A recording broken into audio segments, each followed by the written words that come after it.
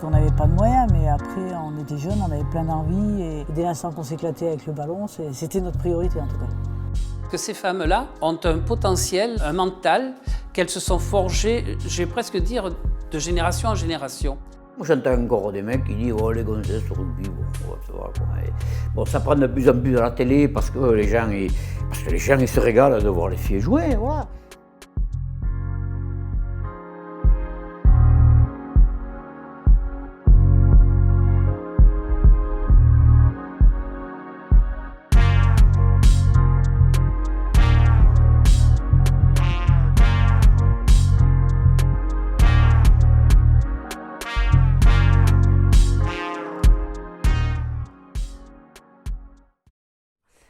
Moi, j'ai découvert le rugby à Lourdes. Parce que j'étais en pension dans les années 60, et c'était la grande équipe avec Gachassin, Campaes, Crost, enfin la grande équipe. Et je ne rêvais que d'aller voir les matchs de rugby le dimanche. Et à la télé, en 64-65, j'ai vu des matchs de rugby féminin de Dax et Mont-de-Marsan, dont on n'a jamais parlé pratiquement. Et j'ai dit, mais je veux jouer au rugby, je veux jouer au rugby. Le rugby, c'était un peu une histoire non prévue.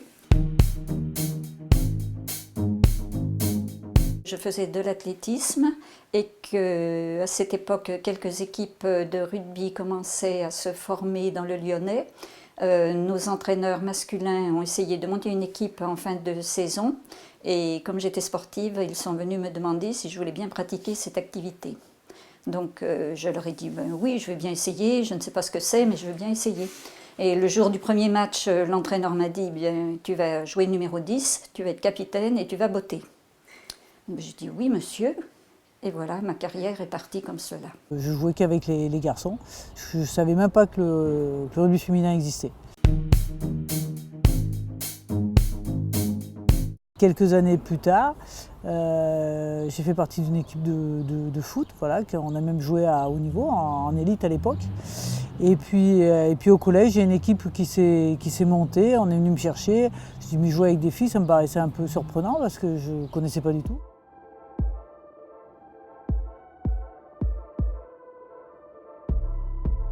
Et nous étions interdites par la Fédération française de rugby puisque l'International Board stipulait que le rugby était pratiqué par les hommes. Et nous avons été obligés de monter l'Association française de rugby féminin, de mettre en place un championnat par nous-mêmes. Et là, on a dit on va créer une association française de rugby féminin puisqu'il n'existe rien pour encadrer tous ces clubs, pour pouvoir faire des matchs, pour lancer des licences assurances et tout et tout.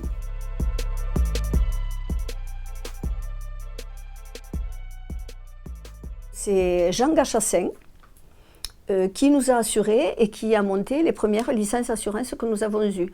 Pourquoi ? Parce que là-dessus, il y a une équipe qui s'était montée à Bagnères de Bigorre et il y avait Marcel Fontoulieu qui faisait partie du cabinet de Jean Gachassin et qui en même temps s'occupait des féminines de Bagnères. Personne ne parlait du rugby féminin, personne.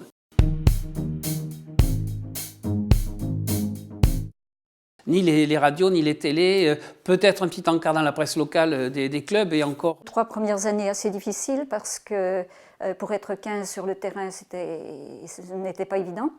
Souvent on se déplaçait à 14, on jouait à 14 contre 15, on réussissait même à gagner. Et puis après 16, 17, 18, bon, l'effectif s'est un peu étoffé.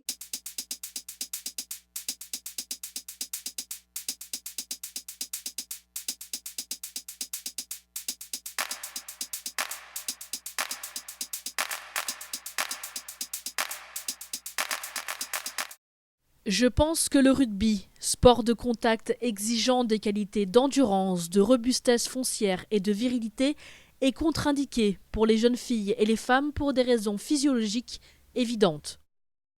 En outre, il semble bien que les organisateurs des rencontres de rugby féminin recherchent, comme avec le catch féminin, à faire passer le plus de monde possible par les guichets des stades, en misant, avec succès d'ailleurs, sur une curiosité assez malsaine.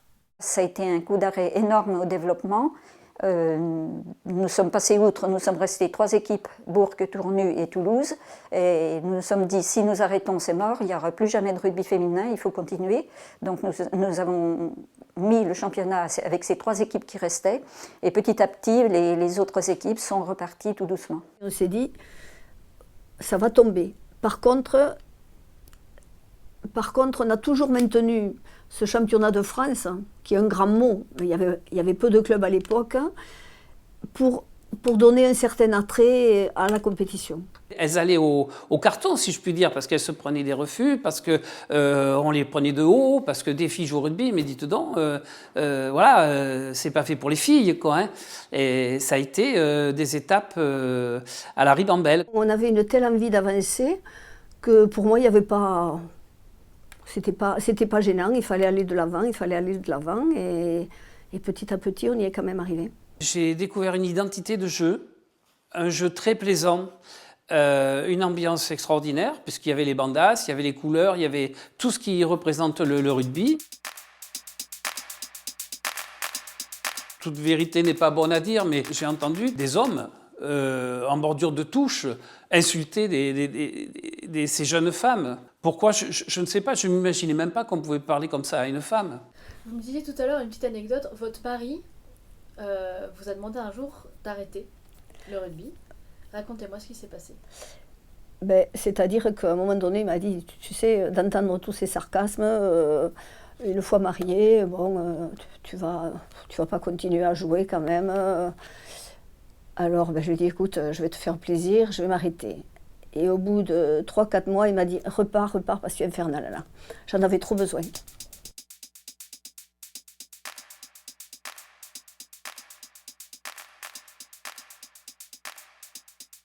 Albert Frass, on a été le voir chez lui. Et puis, je lui ai expliqué, je lui ai dit, écoutez, monsieur le président, moi je suis professeur d'éducation physique, mais je suis incapable d'enseigner le rugby parce qu'on ne me l'a pas appris et je ne sais pas. Et là, il m'a répondu, écoutez, madame Bernard, que vous alliez sur le pré, je ne comprends pas. Par contre, en tant qu'enseignante, j'ai besoin de vous pour amener des garçons aux écoles de rugby. Les femmes avaient le droit de faire les stages d'entraîneur à la fédération.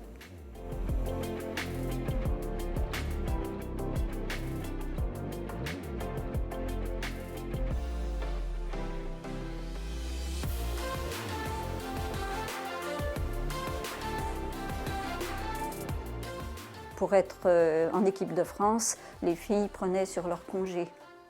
Il n'y avait pas d'indemnité et si elles n'avaient plus de congé, elles partaient en congé sans solde. Est-ce qu'il y a un moment où vous vous êtes dit c'est trop dur, j'arrête? Non. Pourquoi? Parce que j'ai toujours cru, c'est ma vie, ça m'a beaucoup enrichi, ça m'a apporté énormément professionnellement, parce que étant dans un cabinet comptable, on a toujours des clients assez différents et il fallait savoir s'imposer.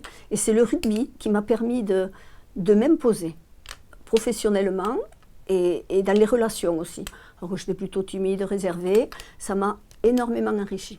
On avait très peu de moyens, donc si on n'avait pas cette cohésion de groupe, tout ça, tous les sacrifices qu'on faisait, même notre entourage, pour mettre même des fois la main à la pièce pour payer le billet d'avion ou d'avoir un t-shirt commun, c'est clair qu'il fallait que le groupe soit hyper soudé, quoi. Quand on prenait un bus, on y mettait de sa poche, ou on faisait ces fameux matchs dans les villages pour gagner un peu d'argent et pour pouvoir se payer les déplacements après pour faire les matchs du championnat.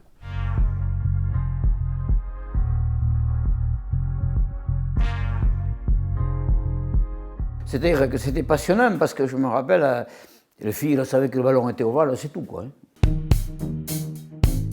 Le rugby, elles ne connaissaient rien du tout. Et quand vous formez une équipe comme ça, il vous faut former tout le monde, quoi. Le pilier droit, le talonneur, le pilier gauche, la seconde ligne, la troisième ligne, tout. Il faut tout former parce qu'elles n'avaient pas l'école de rugby, elles n'avaient aucun vécu, aucune. Hein. Donc, il faut trouver une place à chacune en fonction de ses caractéristiques physiques, en fonction de ses performances physiques. C'est comme ça, hein, en fait, que ça a commencé. Au début, on est rentré dans le club de rugby d'Hermes, quoi. Garçons et filles. Mais ça a été très difficile très vite parce que le succès des filles arrivant très vite, les garçons, il faut le dire franchement, ils ont jalousé terriblement, quoi.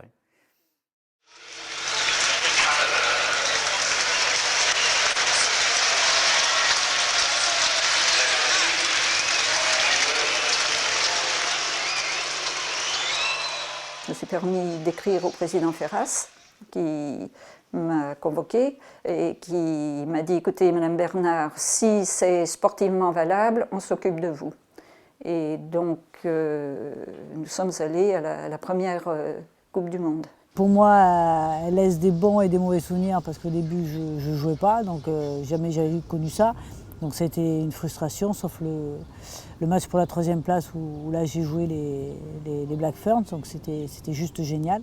Nous avons terminé 3e en battant les All Blacks.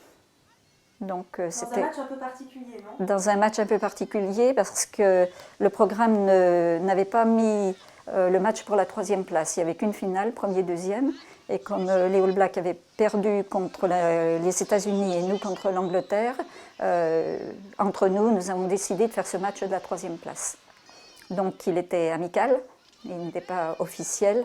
Et il est resté un peu dans l'oubli, bien que toutes les joueuses françaises tiennent à dire « j'ai battu les Blacks en 91 », mais officiellement, ce match du côté de la Nouvelle-Zélande, il a été un peu mis de côté. Il faut s'imposer en communiquant à l'adversaire qu'on est là pour gagner. On n'est pas là pour les laisser jouer. C'est fini, le match du 19 avril, on n'en parle plus. C'était une anecdote, c'était un passage ça. Ce match-là, on est venu à Paris pour se ramener le morceau de bois. Au bout de 3-4 ans, on arrivait à faire un jeu extrêmement plaisant. Et j'avais vraiment un effectif, notamment autour des sœurs Lacomère, là, très très important, quoi, des filles sportives qui aimaient beaucoup ça et qui plaisaient aux gens, quoi. Les spectateurs, ils venaient, ils voyaient de très belles parties de rugby et voilà, ils étaient enchantés, quoi. Tous les anciens dirigeants, tous ceux qui ont suivi VR, même sans être dirigeants, ils m'ont dit on a vécu 10 ans extraordinaires, quoi. C'est vrai, chaque année on joue le titre champion de France. Alors le plus mauvais score qu'on a fait, je ne sais plus quelle année, on a été battu en quart de finale, autrement c'était toujours la demi et la finale. Et bien c'est extraordinaire, il y avait 2-3 quarts qui nous suivaient en fin de saison pour les titres. Et je voyais tous les gens heureux, tous les gens super contents d'être avec nous, quoi.